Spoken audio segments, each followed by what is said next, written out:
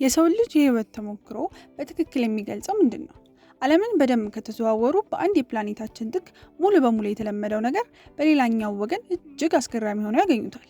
ዛሬ የአካባቢ ባህል በሁለቱ ትልልቅ የህይወት ክፍሎች ማለትም በሀብትና በሞት ላይ ያለንን ዓለም አቀፋዊ አመለካከት ሙሉ በሙሉ የሚቀይር ሁለት አስደናቂ ሀገሮች እንቃኛለን።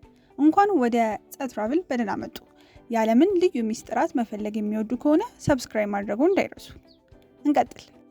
ጉዟችንን በሂማላያ ተራሮች ላይ ከፍ ብላ በምትገኘውና ራሷን አግልላ በኖረችው የቡታን መንግስት እንጀምር። በአንድ ሀገር ውስጥ እውነተኛ ሀብት የሚባለው ምንድን ነው? የኢኮኖሚው ስፋት ወይስ የህዝቡ ደስታ?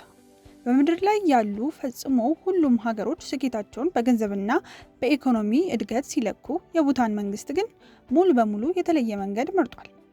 እድገቷን በይፋ በብሔራዊ የደስታ ምርት በምትለካ በዓለም ላይ ብቸኛዋ ሀገር ናት። ይህ እንዲሁ ለማስታወቂያ የሚነገር መፈክር አይደለም። በቀጥታ በብሔራዊ ህገ መንግስታቸው ውስጥ የሰፈረ ህግ ነው። ከንጹህ የገንዘብ ትርፍ ይልቅ ለሰዎች አእምሯዊ ደህንነት፣ ለባህል ጥበቃና ለተፈጥሮ ጤና ቅድሚያ መስጠቱን ለማረጋገጥ ሰፊ ሀገር አቀፍ ጥናቶችን ያካሂዳል። በዚህ ልዩ ባህላዊ አስተሳሰብ ምክንያት ቡታን አስደናቂ ነገሮችን ማሳካት ችላለች። በሀገሪቱ ህገ መንግስት በማንኛውም ጊዜ ቢያንስ 60% መሬት በደን የተሸፈነ መሆን አለበት። በዚህም የተነሳ በዓለም ላይ ብቸኛዋ ካርበን አሉታዊ ሀገር ለመሆን በቅታለች። ይህም ማለት ምንም ያልተነኩ ደኖቿ ሀገሪቱ ከምታመርተው በላይ ካርበን ዳይኦክሳይዶችን ይመጣሉ ማለት ነው። ይህ ተፈጥሯዊና ደስታን በማስቀደም ብቸኛ እውነተኛ መበልጸጊያ እንደሚቻል ለዓለም የሚያሳይ ሕያው ምስክር ነው። እስቲ አሁን ደግሞ በሺዎች የሚቆጠሩ ማይሎችን ወደ ደቡብ በመጓዝ ወደ ኢንዶኔዥያዋ ሱላዌሲ ደሴት በተለይም ታና ቶራጃ ወደሚባለው ተራራማ አካባቢ እንሂድ።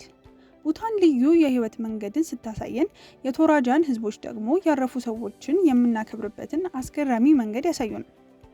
በአብዛኞቹ ባህሎች ውስጥ ሞት ማለት ድንገተኛና የመጨረሻ መለያየት ነው። ነገር ግን ለቶራጃዎች ሞት የሚታየው እንደ ረዥም የሽግግር ጉዞ ነው። ባህላዊ የቀብር ስነ ስርዓቶች እጅግ የተወሳሰቡና ከፍተኛ ወጪ የሚጠይቁ በመሆናቸው ቤተሰቦች ገንዘብ እስከሚያከማቹ ድረስ የአስክሬኑ አካል ለወራት ወይም ለዓመታት በቤተሰብ ውስጥ ያቆዩታል።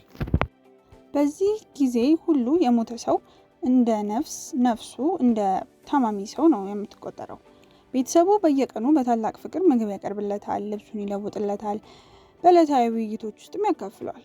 ከቀብር በኋላም ቢሆን ግንኙነት አይቋረጥም። በየጥቂት ዓመታቱ ማኔኔ በተባለው ስነ ስርዓት ወቅት ቤተሰቦች የአባቶቻቸውን አስክሬን በገደል ላይ ከተሰሩት መቃብሮቻቸው ውስጥ በቀጥታ ያወጧቸዋል፣ ያጸዳሉ፣ አዲስ ልብስ ያለብሳቸዋል፣ በየመንደሩ ውስጥም ያዘዋውሯቸዋል። ይህ በቤተሰብና በሀዘን ላይ ያለንን አመለካከት ሙሉ ለሙሉ የሚቀይር ዘላለማዊ ፍቅር የሚገለጽበት ጥልቅና ውብ ስነ ስርዓት ነው ብላችሁ ታስባላችሁ? እስቲ ሀሳባችሁን ኮሜንት ላይ አስፍሩልኝ። በቡታን ተራሮች ውስጥ ደስታን ከመለካት ጀምሮ በኢንዶኔዥያ ከፍተኛ ቦታዎች ላይ ዘላለማዊ የቤተሰብ ትስስርን እስከ ማክበር ድረስ ዓለማችን ውብና ልዩ በሆነ አመለካከቶች የተሞላች ናት። ከነዚህ ከሁለቱ ባህላዊ ስነ ስርዓቶች መካከል ይበልጥ ያስገረማችሁ የትኛው ነው? ኮሜንት ላይ ጻፉልኝ። ይህን ቪዲዮ ላይክ ማድረግ፣ ለጓደኞቻችሁ ማጋራት እንዳትረሱ። በፕላኔታችን ላይ ያሉ ተጨማሪ አስገራሚ ጉዞዎችን ለመመልከት ጸትራቭልን ሰብስክራይብ ያድርጉ። መልካም ጊዜ።